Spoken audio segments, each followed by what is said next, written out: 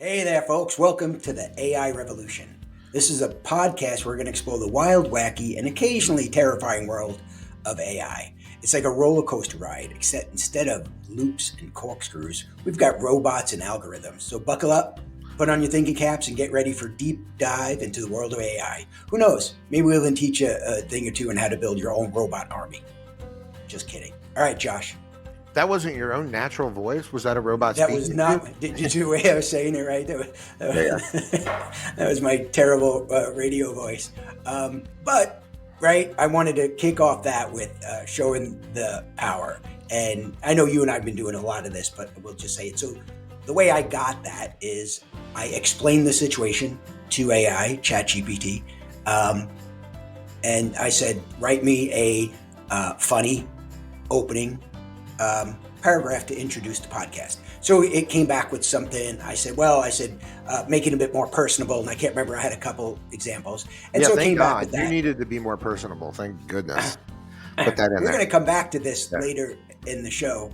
But the thing is, what I'm telling you is taking me longer to tell you than for me to get 4 or 5 versions and find one that I liked.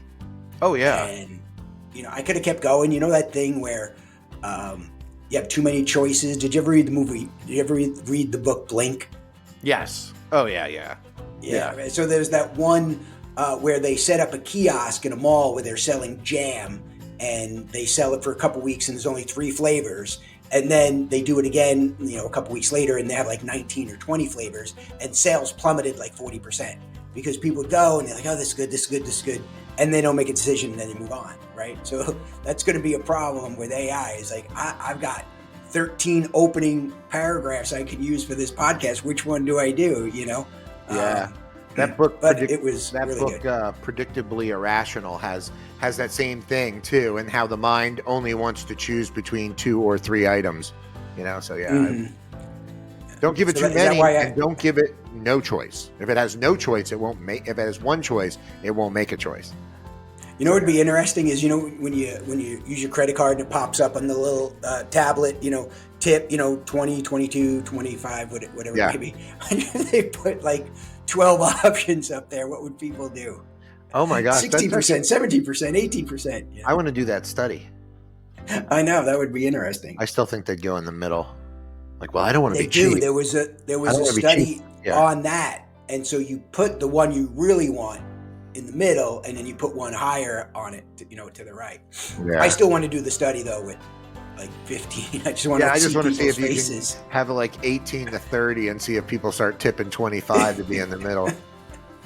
You have to scroll to get that. That's what you do is you make it like 90% tip, 89. You have to scroll to get to the regular ones. Yeah. Today we're going to talk about chat backlash. Backlash? Chatlash. Okay, I like it. Yeah. So you're not down with ChatGPT, yeah. Keep going. All right. So, Josh, this is what I want to do. I had 4 things that that have been popular, 5 things that have been popular in the media lately. I was just going to say the topics real quick to get you warmed up, and then I'm going to go back to them. Okay. All right, so just bear with me here. So CNET, they started publishing content using AI, and they used a byline that said CNET staff, something like that. One of the people considered a founder of modern linguistics and one of the most cited scholars in the history of citing scholars, had said Colonel some really Sanders? negative. Yeah, of course. Had said some negative things about it. And we'll get into that. Another guy wrote a children's book in a long weekend.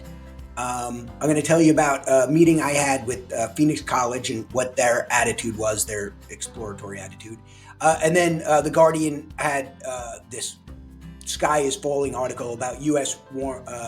expert warned of a great loss in jobs and what was the other thing? And a widening wealth. And balloons. Giant balloons.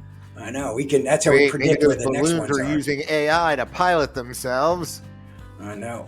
They could be. Yeah, Skynet. All right, so Josh, I'm going to start with, good. CNET. Skynet, CNET. Yep. Oh, I know ominous. what's coming. Yeah, that's ominous. Yeah. Okay, so CNET started publishing content with AI, and they announced it, and they used the byline CNET money staff or CNET staff, or a couple variations for different things.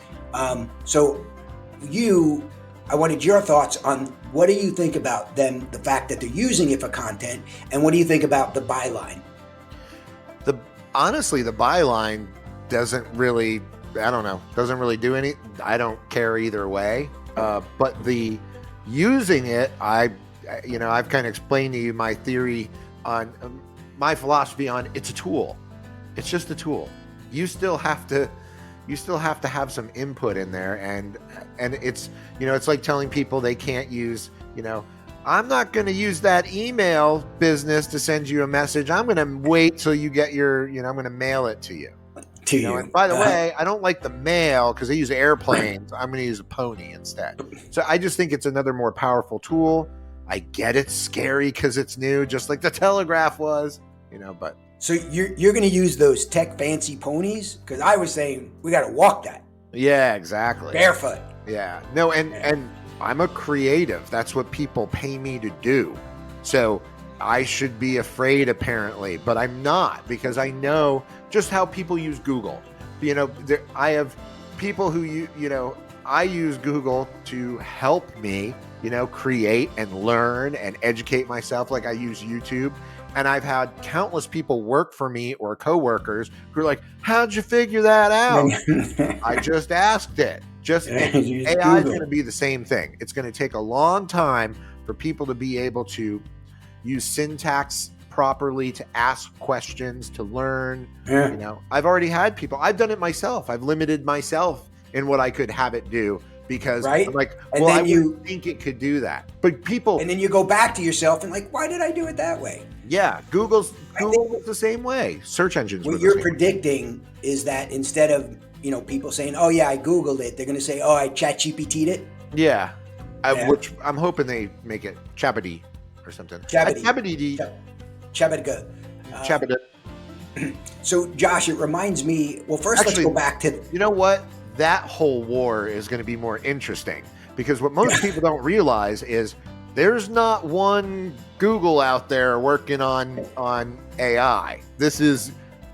Everyone knows this is the way, so they're all doing it. And are they working together nicely and working for a better world? No, they're working for a better mousetrap to make more money. So they're all going to have their benefits. There's going to be Bings and Yahoos and Googles and Bards. That's Bards. Google. Yep. So do you think they're looking at potential verb usage? Like, probably. Well, I'm going to Bard it. That just exactly. It doesn't go. Who was the but then again, Google, Jasper.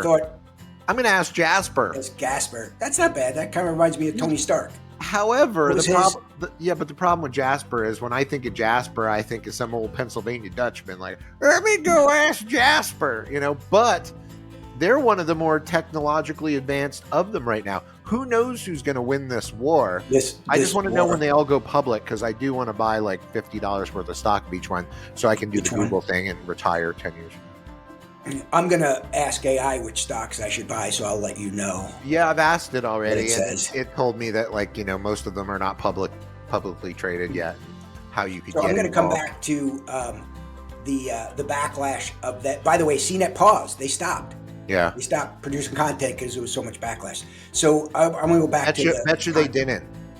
Yeah, right. Bet you they're right. I'm not kidding. You're going to find they're right. I bet this has already been in the works for, yes, 3-4 years, if not longer. And I don't mean by the government. And I've seen so much content produced by so many of these, media agencies and all that. I think all the bots and all the things during the political, I think all these stories were written. I really do. I believe they were all AI. They're like, okay, I got this idea. Yeah, I think a lot were. You got to remember, before ChatGPT was released and all this media frenzy, you and I were using their playground version, many months ago. Yeah, and there was I'm sure there's a lot of companies ahead of us. Yeah, there were softwares I was using for headline, like make this headline better.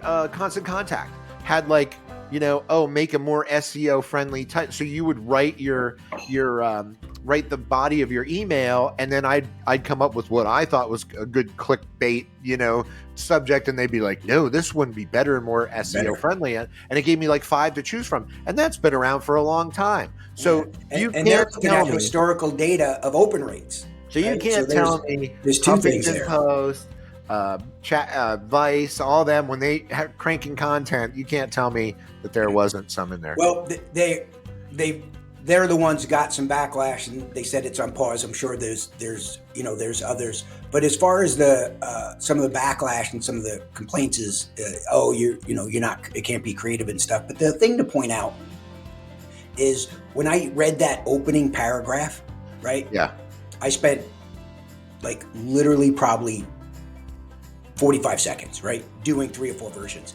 But it's that old programming term, GIGO, garbage in, garbage out. Mm-hmm. What I put in is what I get out. And so I have to learn how to put in a descriptive sentence that encompasses what I want to say. And then, of course, I have to instruct it on how I want it to say it. And it's not going to come out right. I'm going to do it again and again and again.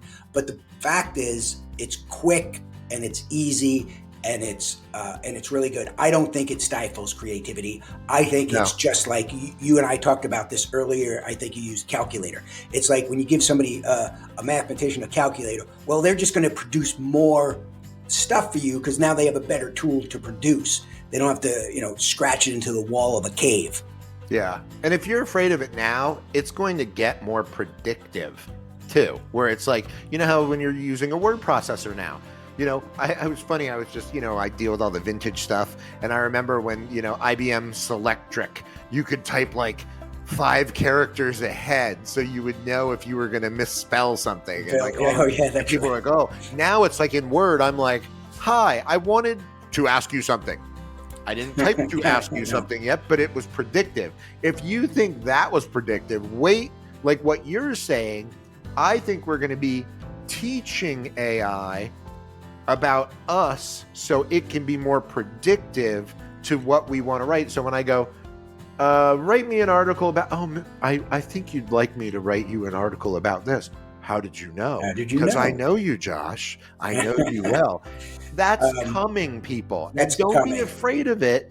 Start thinking ahead of it. They are afraid of it. And so that's some of the topics here is, these are examples of things that people are afraid of, right? Yeah. And so I was going to move on to BuzzFeed made big news because they're starting to use it for content, but they didn't do it like CNET.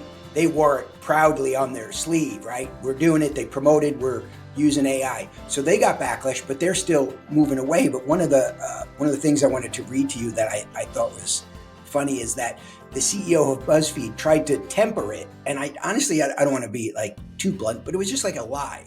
He's like, well, we're only using it for personalizing content for an audience. And that AI producing content itself is decades away. And I'm like, yeah, I call BS, Decades away.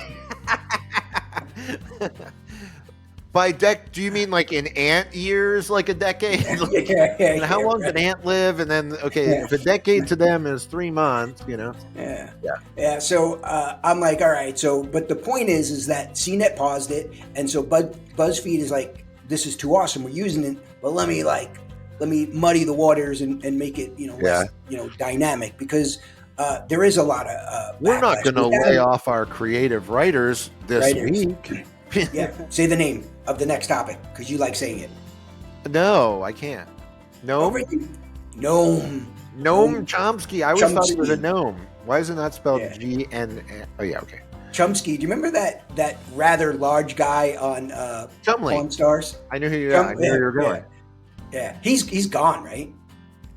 I don't like gone. Like doesn't live with us. No, he lost. I knew he lost a ton of weight there for a while. He did. I thought he had some I thought he ended up in jail or something. I don't know. Yeah.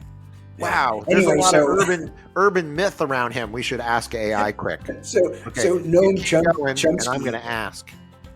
So Noam Chomsky is considered the founder of modern linguistics, and he's one of the most cited scholars in modern history. And you and I are comparing him to Chumley. All right. Chumley is happy about this. Yeah, I know. He's like, I got my 15 minutes back. So, Yeah. A lot longer than 15 minutes. Noam Chomsky, by the way, he's from U of A, which is right in our hood. Yeah. Really? Anyway, so this is what this guy said. I'm quoting, basically high-tech plagiarism and a way of avoiding learning. So I wanted your thoughts on laziness and cheating. Yeah, one, I don't think it's lazy at all, because like you said, it makes me actually read more, because I'll put my thought down and go, I wanted this to be better. How can I make it better? I ask AI for help. It rewrites it, and I go, yeah, that's getting closer to what I want, but I want this. And I actually spend more time researching, like to see if things are factually accurate, etc. I don't just take it for granted. Can there be a version that someone would call cheating? Yes. You could just go, trust it, forget it. But if you were doing this in a college situation and then you're going to be tested on it, I don't know. Well, first, cheating exists anyway, right? I had something submitted to me once that was identical to something submitted a semester earlier. Yeah. And the only reason I remembered it was pretty good. And so the first person who submitted it probably cheated because it didn't jive with everything else they've done. Yeah. And so then I get it again, and I'm like, oh, this is the same thing. So whatever, the cheating is there. So here's something I wanted to pose to you that I think this is a huge benefit is, so when online classes started becoming more and more popular, a lot of people, just like with AI, were saying, oh, you're not going to be able to teach online. You can't get it across because there's something called immediacy, which is created from mannerisms and other aspects of like a professor speaking. You connect with that person on a human level, and then you observe and you learn more. So they were saying, oh, through video learning, you're not going to do it, right? And so my take on that was like, well, sure, you just come up with a new way to create immediacy. However, Josh, what you said about like kind of chatting is when I started, like I have this secret nerd like desire like to learn physics and chemistry, right? And so I'm always reading about that kind of stuff. And so I'm like, well, I'm going to use AI. Dude, it's like sitting with a professor. Oh, yeah. It really is. Yes. And so when you were saying that, oh, you learn stuff and then you qualify it by looking somewhere else, I do the same thing too. But the thing that's interesting is when it explains a concept to me, it's bringing up two other concepts I didn't know. So then I'm like, all right, this is great. Now tell me this one. Yeah. And then it brings up two more things I didn't know. Yeah. The next thing I know, it's 2 a.m. Exactly. I'm hanging my physics degree on the wall. Yeah, we talked about it from when Googling stuff and going down the wormhole. If you're researching and you're interested and you want to learn, it is a powerful tool. It is not cheating. If you want to use it just to turn in a term paper, you can cheat just like you can. We're going to do it anyway. Just like Cliff Notes. Can I give you some funny information really quick? So, yeah. Or you're gonna lay this out with some context? What? Yeah. So, is this cat videos? We wanted to know about Chumley. So I asked this. Now this is OpenAI. So I asked OpenAI. I gave it no context. What happened to Chumley? The answer: Chumley was never seen again after he disappeared on the set of the Muppet movie. So then I said, I mean Chumley from Pawn Stars. I get, there is no concrete answer, but it is likely that he was either killed or injured in an accident and was never found. And I said, no, name the characters from Pawn Stars. So it says Pawn Stars included Rick, Austin, Chumley, Corey, and Old Man. I said, is Chumley from Pawn Stars still alive?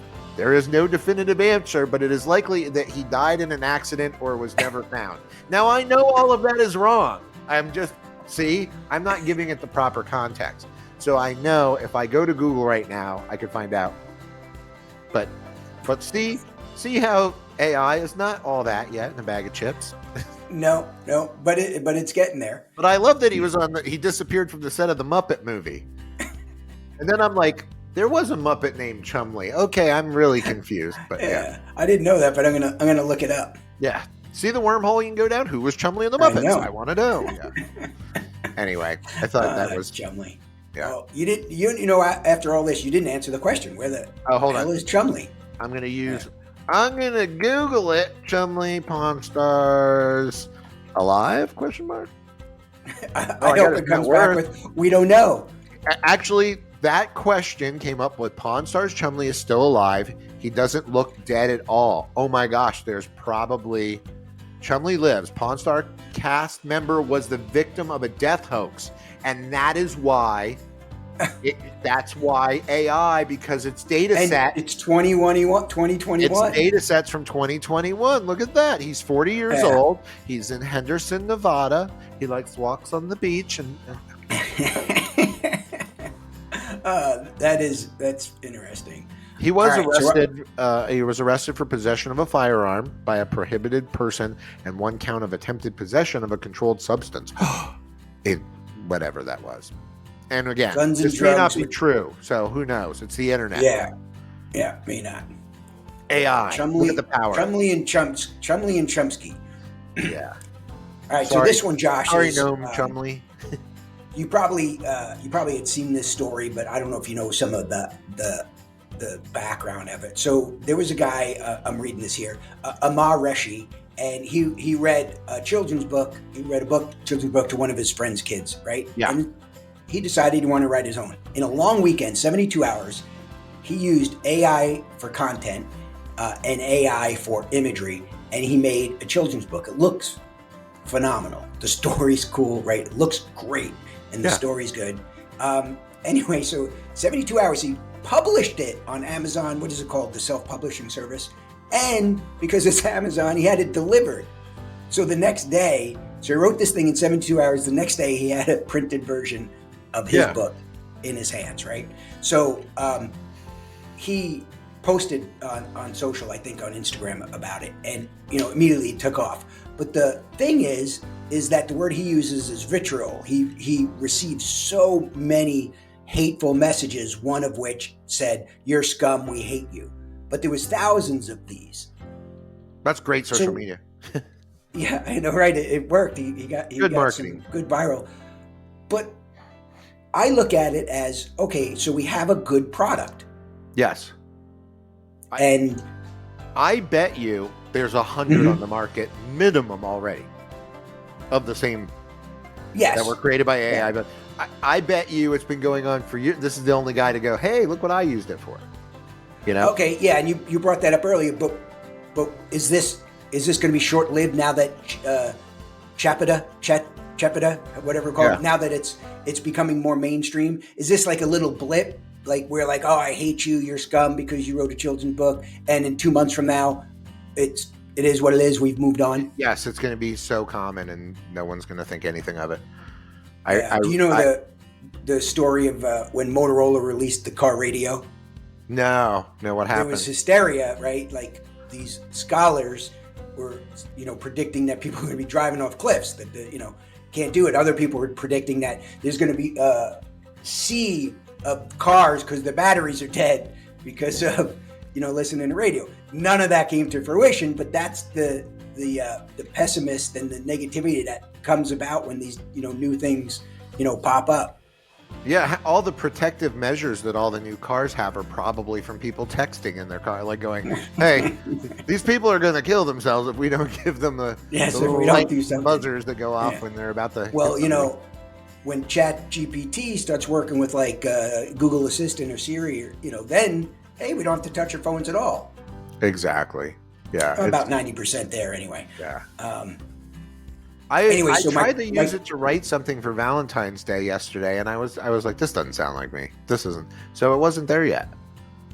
Well, you know what? Because I don't know if I told you this. So I was playing around with personality, right? And so I don't remember what the topic was. I said, write me an overview on this. Write me a funny overview on this. Write me a funny, witty, and personal overview. Right, blah, blah. And then I said, write it to me as a teenager, like as the ChatGPT, and boom, it did it. I said, now write it to me as if you're in elementary school.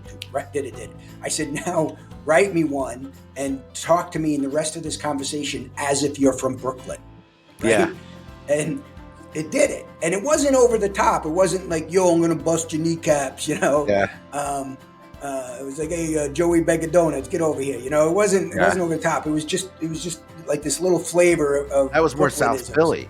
Give me South Philly. Put cheese on that. So Josh, you can go back to your Valentine's Day message creation, but describe what you are. Say, hey, I'm a guy. I'm in, what are you, 29, right? I'm 29.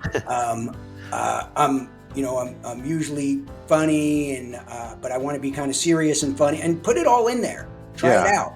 You know, remember we did an episode on something, I can't remember. We talked about character development, how I took this screenwriting class in college, and we would spend weeks writing the backstory of a character that never saw that information never saw the light of day. And then when you start writing a story, you know logically what your character would do because you created the backstory. So what I'm saying is give it a shot. Create a backstory for Josh and say, now be me and write this Valentine. Actually, I want you to do it because I want to see what the hell comes up. I know what it's going to be. If you describe yourself right, it's going to I'm an emotionally sensitive Andre Agassi fan that likes. It's going to come back as a cringy 80s rap Valentine message. Exactly. So Josh, I wanted to bring up something you and I talked about a little bit, that Phoenix College that I teach at, they had a meeting and there was about 100 people there, and it was about AI, right? So it was kind of like a free-for-all, like a couple people who are experienced in it talked about it, and then everybody else like gave their 2 cents with little breakout rooms and then summarizing. And I was really surprised that, here you have a lot of, professors teaching stuff. Cheating was hardly anybody. There was about 4 or 5 people that were concerned about it. Everybody else was like pretty excited about incorporating it. And so I'm like, this is an opportunity. And now here's the marketing person in me. Here's an opportunity for a college to redo their courses. Yeah. And invite AI. Like invite the students to use AI on, like right now on my small groups communication or human communication. There's all these courses, right? Read this chapter. What if it was take this concept, ask AI about this concept, and then give me 2 paragraphs where you analyze what AI said. And I've tested this, and it's awesome. Mm-hmm. It's really, I'm like, oh, that's pretty good, I just keep trying to fool AI. Just keep trying, with like Chumley questions and stuff. I keep trying to ask it questions that I want to. AI's gonna kick you. Yeah, they'll kick me. They'll be like, your test account is gone. So it's funny because I've been using some of the visual recognition software, and just the leaps and bounds, because it's learning. It's just constantly learning and being fed information and being told yes, no, that's not right. It identified a piece of art I've been trying to figure out for 3 years. It picked an obscure artist, and then just this morning, I don't want to tell anybody this one, an app for coin collectors came out that is like, pick a coin up, any coin, foreign, domestic, whatever, snap a picture, names it, identifies it, grades it, price books it, and puts it in your collection. And then what you can do is with like GPT or something else, write me a product catalog description of this. Oh, it's all, yep. It's, exactly. Mm-hmm. So the power, so when people are like talking about industries it's going to disrupt, there's appraisers. Appraisers are days are numbered. HR department. But I don't. So I don't agree with that. And that's the next thing is, right. The Guardian had an article that U.S. experts warn that there's going to be a great job loss, and that the wealth inequality is going to widen.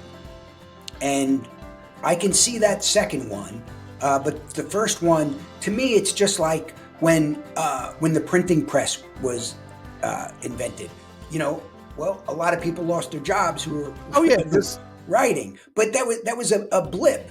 It's good. And then immediately there's libraries, there's bookstores, and every other advertising took off because you could print flyers, right? I think it's back to what you said, appraisers. Yeah, but it's looking, well, see, and appraisers, I go, as an appraiser, I go, well, a picture is still not going to know if it's an oil painting. A picture is still not yet. It's still not going to know if it's really 14 karat gold. It can't take a sample to chemically. Fake coins, I bet it will fool it still. You know what I mean? So I do believe that. However, that's going to take the cream of the crop. Only the best of the appraisers will survive that. Just like in all these job positions, like an HR. But isn't another option of that is not like some appraisers are going to be pushed aside? Isn't it? Can it just have them where they elevate their game? They increase that productivity, so they're all still in it. They're just more efficient and they're doing greater volume. Yeah, there will be some of that as well, but there will be a knee-jerk reaction, like corporate America that's looking to like raise their stock price and get more profitable. They will gut their middle management, and there will be that economic, where they're making more money, so the wealth inequality will kick in. But then the market will find, okay, what are we going to do with these people? Just like when UAW, laid off half, the people building cars because robots started building them.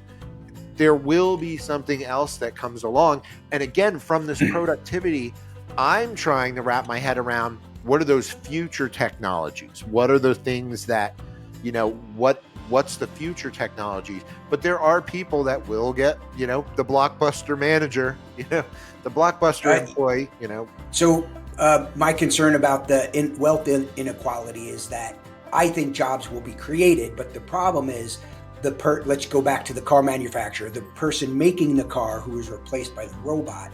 It created jobs for engineers and software developers to make all the software and develop the engineering to make robots that do more and more things. But that is now the potential students who could afford to go to engineering school is less, and it's going to create that widening gap there.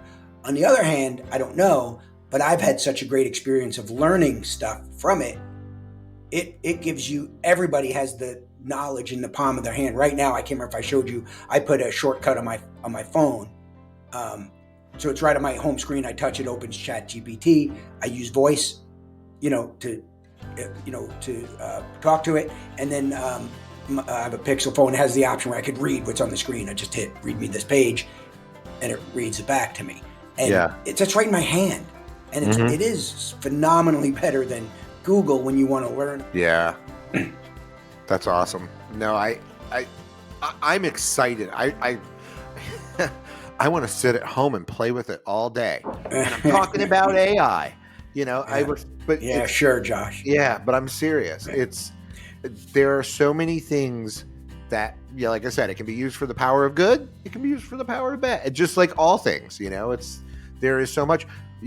I could create a whole new religion with it. Just ask it. Oh, I like that. Let's give that a shot. I want to see what happens. Yeah. So here we are. I'm about to conclude and close out with, AI backlash, right? Like what I think about it, the backlash. I was about to say, I think it's just a blip. It's not going away. It's here. Oh yeah. You can bitch and complain all you want about it, but it's not going away. But then you come back and you're going to start a religion. Yeah.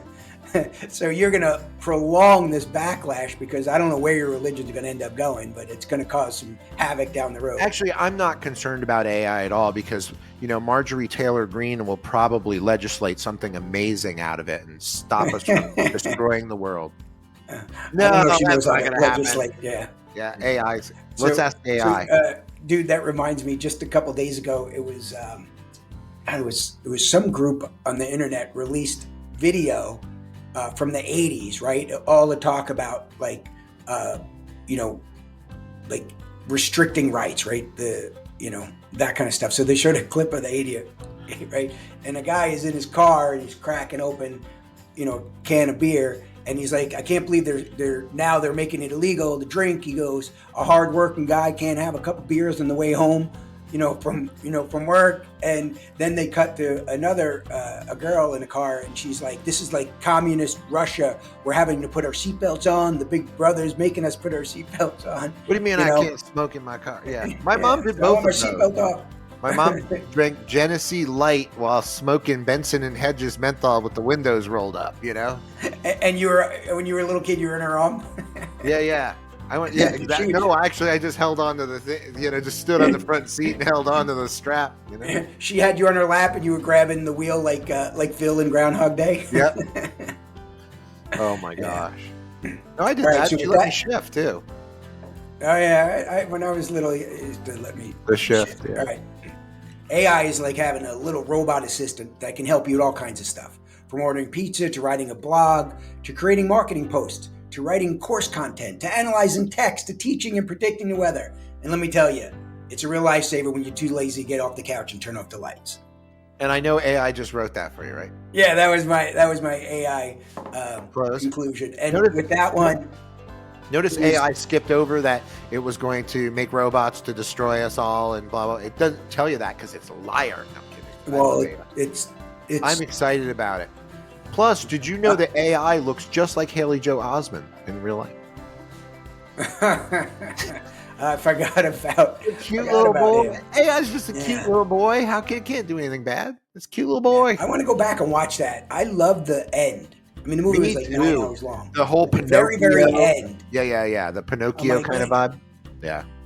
I wanted it. I'm like, now make another movie. Yeah. Like when they found him, like 10,000 years later. Yeah. Anyway, so my thoughts, Josh, is that some of this backlash we're going to forget it. Yeah. It's going to be a blip, and I would suggest anybody who's bitching and saying, I'm not doing that. Well, you know what? You're going to be one of the ones losing a job, because it is a phenomenal tool, and we should, learn how to use it. And as with most of these things, we'll find out 3 months from now, the same people will be going, this is an amazing tool. I can't believe I love it. What made me not go here? And I think the important thing of you and I doing this and recording it is we're stating our pleasure with AI. So when they take over, maybe we'll be in line to be like collaborators, we'll be right on top of the list. You're like, that Josh and Dean. Yeah, just like Trotsky. You lost me. Aha! The AI and the historians will know what I mean. Trotsky was one of the main founders of communist Russia, and the first person that he rose to power with. Him and Lenin were cheek to cheek, and Stalin's like, yeah, kill that guy. All right, so my plan's going to backlash. So that's kind of interesting. So we have what was his name? Which one? Trotsky. Trotsky. We have Chumley. And Chomsky. Yeah. All right, so I'll change your name for this episode to Joshki. So we're going to wrap up. And so don't get on the chat. What do we call it? Chatlash? Chatlash. Don't get on that train, because it's going nowhere. Adopt it, get on. And that's not AI, that was me. Can you adopt AI yet? I've adopted it. I've adopted AI.